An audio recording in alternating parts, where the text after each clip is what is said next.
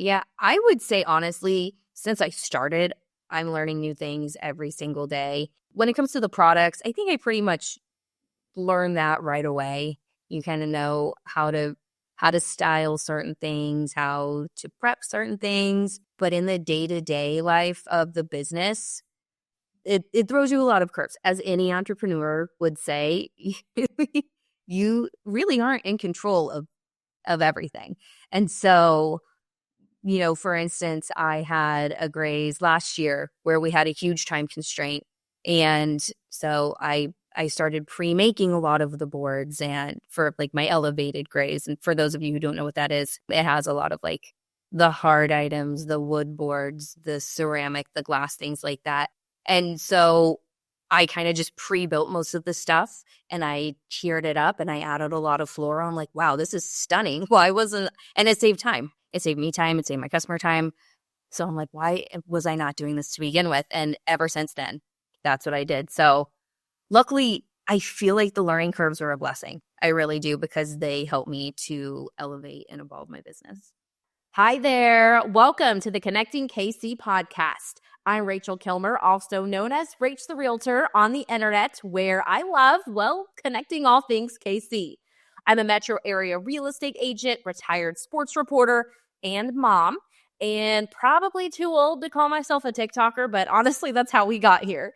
You can learn more at www.rachetherealtorkc.com. But this show is all about introducing you to all of the movers and shakers, interesting people, heartfelt stories, and funny quirks that make this vibrant community home. So let's get right to it with today's episode of Connecting KC. Welcome into today's episode of Connecting Kansas City, where I am so honored to be joined by Carrie Gangel. She is the owner of Charcuterie by Carrie, a married mother of two, originally from Topeka, Kansas. Carrie's a lifelong Jayhawk as she graduated from the University of Kansas, and then she moved to Kansas City in 2008. 3 years ago, she started Charcuterie by Carrie, an event catering company that specializes in custom grazes, boards, and cups. The greatest joy of her business is being able to be a part of her customers' most beloved moments. Carrie, thank you for being here today. Thanks for having me. I'm so excited. It's my first ever podcast. So I love it. I'm honored to be the first one you joined. So tell me your story. What's your background? How did you end up in starting your charcuterie business 3 years ago? yeah, so I've always really been interested in the food space. Probably about 8 to 10 years ago, I actually had a lactation cookie company for new moms called Mama's Milk Cookies. And I did that for about a year and a half until I had my second daughter and then had no time. Just in the past, I've always loved cooking for friends and entertaining and things like that. So my love language has very much always been through food. And it was back when charcuterie was starting to become a thing. I would do things for my friends and just randomly for my family. And then my friend Melissa, who has an event company out in California, kept saying, you should start a business. You should start a business. I'm like, I just don't think that I would be good at it, I guess. And there was already some people here doing it. And so she hosted a Halloween party at her house and she flew me out to California to do a 10-foot spread on her island, on her kitchen island. That was like my first foray into actual charcuterie. And on the plane ride home, I was like, you know what? I'm gonna take a shot at this. And I bought my domain name the next day. And luckily it was right before the holidays. And so I had a lot of really good support from people and they started ordering and it kind of just went from there. Wow. So were you nervous, like flying out to California that day? Like, what were you feeling like jumping into doing something that you had never done before? And like your friend basically like, that's a good friend. Like, you know what? You are going to do this because you're going to be good at it. Like she had more confidence in you than you had in yourself, it sounds like. Like, what was that moment like? Absolutely. I mean, I was definitely nervous. I Instagrammed a lot, had a lot of inspo. And it's funny because I look back at my work then and really just any work that I did starting out. And I'm like, oh, wow, thank you everyone for believing in me and supporting me because I've just grown and developed so much since then.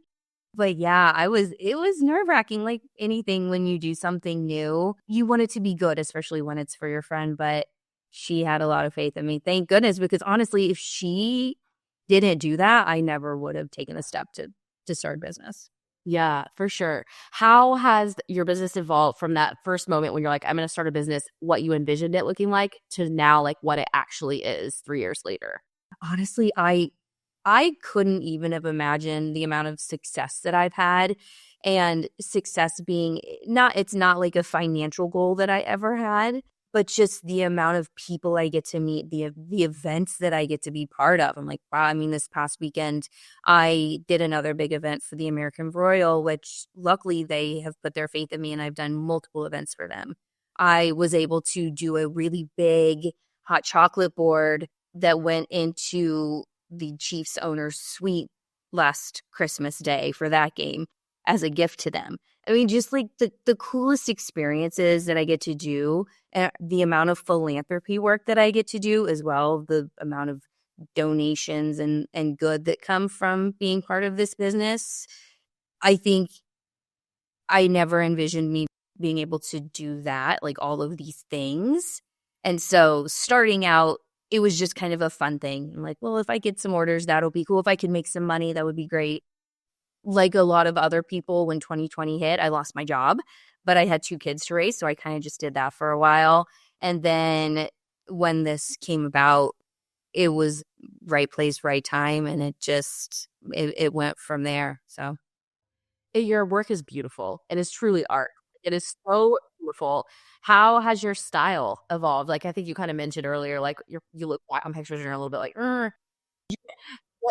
how does your style evolve, and does it continue to evolve still now? Absolutely. It's definitely evolved. And it's funny because I see other people that do this. Kaylee, who does Village Boards Casey in Kansas City, I admire her work so much. I think it's stunning, but she and I have a bit of a different style. So I think it's just very specific to the person and what they do. I don't know. I think my style now is way more artistic than it was back then. I don't even know the right word to describe it, but things just flow a lot better now. My eye moves around the board a lot better now, and I know what looks good and what doesn't, I guess. So that's how artistically it's involved.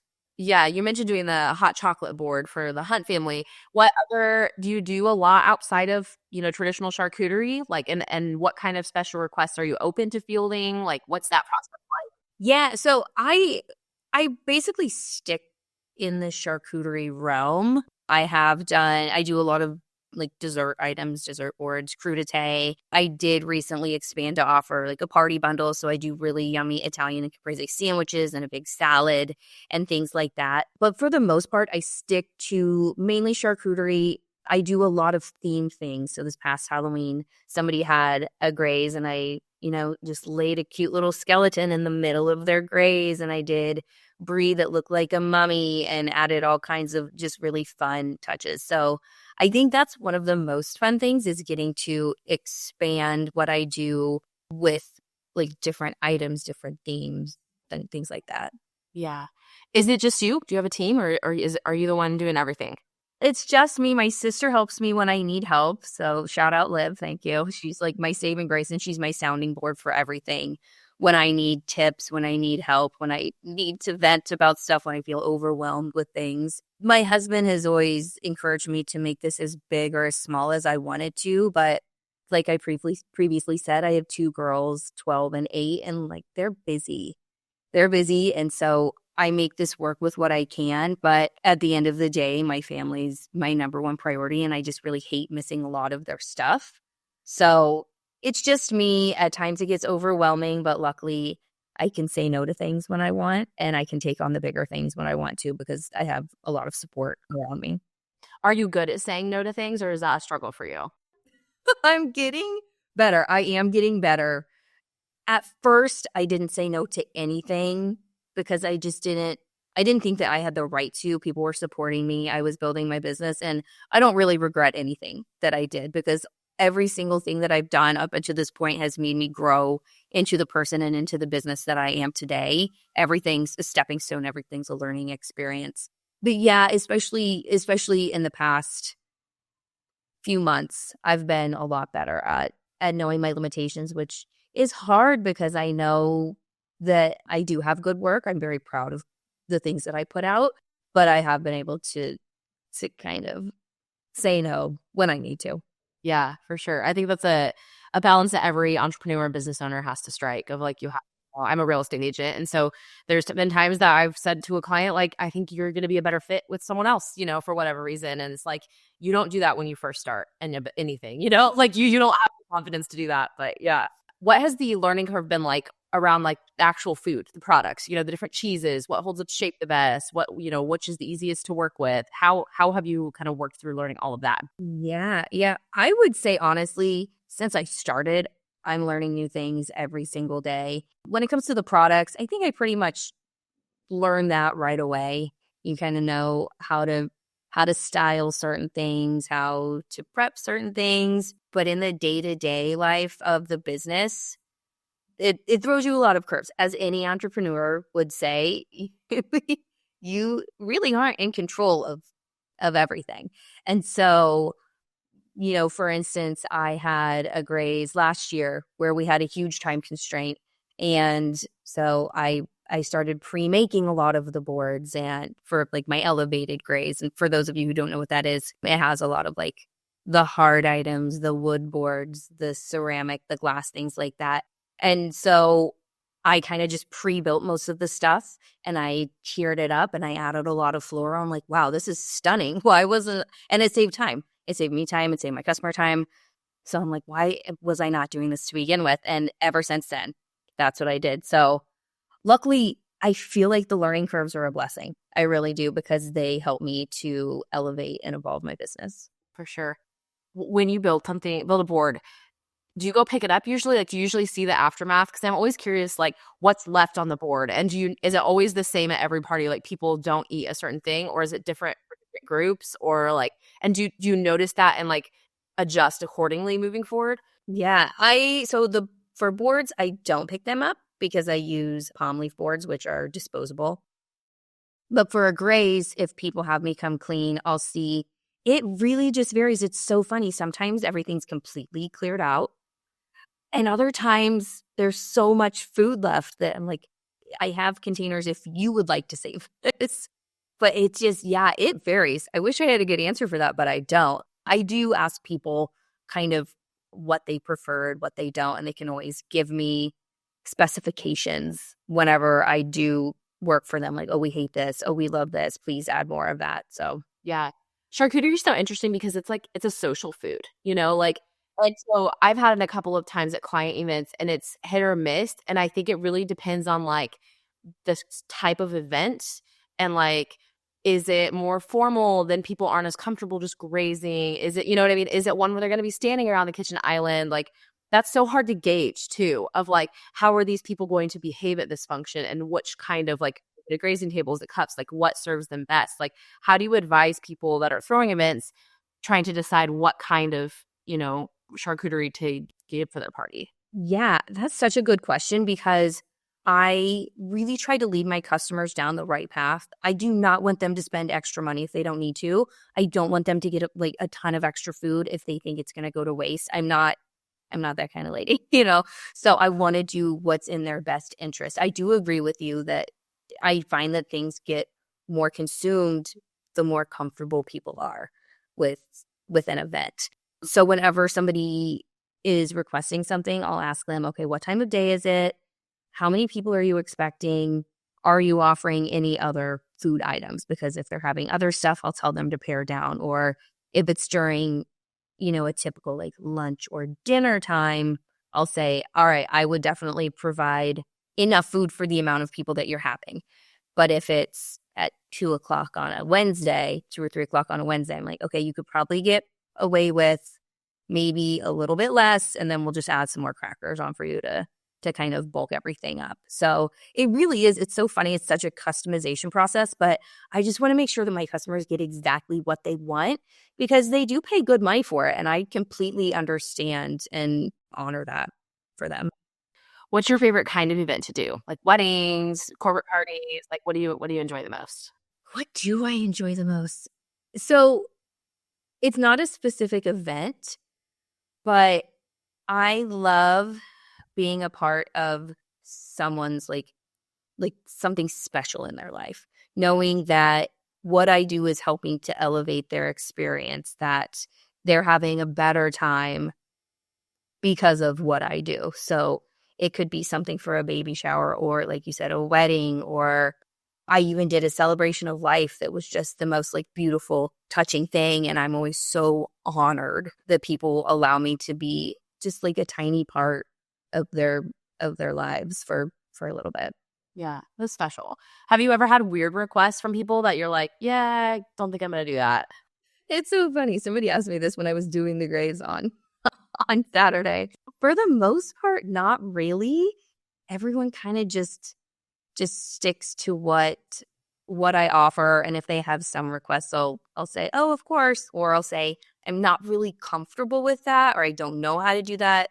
Some people ask me to incorporate like hot foods in there. I'm like, well, I'm not that kind of a catering company. I can't support that need for you, or something that needs to be like completely cold for hours on end. Like that, I can't do that either. So as long as it's within like my spectrum, I'm happy to accommodate. But yeah, if people have asked for other things, I just politely say, I'm the wrong source for that, but here's where I would go if you need something like that. Yeah, makes sense. Your kids, you said, I think, are 8 and 12. Do they eat the charcuterie? Has this helped them have expanded palates, or are they still like, give me my Lunchable, Mom, leave me alone? No, they requested sometimes. My daughter always requested for parties, like if she has a birthday party. And I'll do fun, like kid charcuterie boards and things like that. My youngest did go through a phase where she asked for like a salami rose every time she had snacks. So I'm like, all right, that's fine. But it's cute because whenever I just have like, some extra things at my house, my youngest especially, she'll try to put together a little board for herself. And I think it's so cute. So I love it. What a bougie baby. Got to have the salami rose for snack. I love it. I love it. That's awesome. So where do you see this business going over the next few years? As your kids are getting a little bit older, they're busier in different ways. Like, does that allows for more time, less time to commit to the business? What do you see over the next 3 to 5 years for Charcuterie by Carrie? Honestly, I'm so glad you asked that question because it's something that I've been thinking about a lot lately, because my family has had to sacrifice a lot of time with me because luckily they're supportive and I do this, and it's an event business. And so a lot of the work is on the weekends. So in the next few years, I still see myself doing this, but in a very different capacity. I understand now when I started and the first year or two, people would be on the charcuterie scene and then they'd scale back or they would just stop. It's a lot. Like, it's very labor intensive. You're, as with any other entrepreneur, you're working all the time. Your mind never goes off. And it's constant correspondence with current clients, future clients, things like that. And so I actually just decided that Sundays I'll be closed completely. I'll probably have a higher minimum on the weekends if someone wants to book something. I think I'm really going to try to focus on weekdays more. Luckily, I still love what I do, but I want to keep it that way. And I want to be able to, have the family time and the business time. So that's where I'm going. Yeah. Awesome. Well, congratulations on making that decision. That is like so freeing. And I think there's still a ton of opportunity on weekdays, like especially you can focus more on like corporate, business type of stuff. Yeah. And luckily I have a lot of amazing corporate customers. I have a lot of realtors who do business with me. Like, there's a lot of people who actually still have events during the week. And if there's events that pop up on the weekend that I really want to do, or that are customers who've been loyal to me, obviously I'll do those as well. So I'm not completely out on the weekends, just trying to scale back a little bit. For sure. Yeah, absolutely. Okay, last 2 questions I'm going to ask you. I ask everyone that comes on the show. First one is, what is a great meal that you've had out and about in Kansas City recently? Ooh. What is a good meal I've had out and about in Kansas City? I'm trying to think. Oh, man. I'm not good on my toes with this. You can just be a restaurant or just like somewhere that you enjoyed. Yeah. Oh, you know where I love? It's Taylor. It's down by Westport, French restaurant. I absolutely love it. The food's phenomenal and the ambiance. I need good food, a good cocktail menu, and wonderful ambiance. So, I'm not picky at all. Just went, yeah, exactly. We just went there Saturday. Oh, you did? What did you think? Did you like it? It was phenomenal. My boyfriend got the duck and I got the roasted chicken. And we both were like, why is this chicken so good? Like, how can you make chicken this delicious? Like, yeah, it was so awesome. And yeah, you're right. The ambiance, everything is great. Everything's great. Well, now that you said that, I need to go back there. We do. And Blanc, the new champagne bar, is right around the corner there.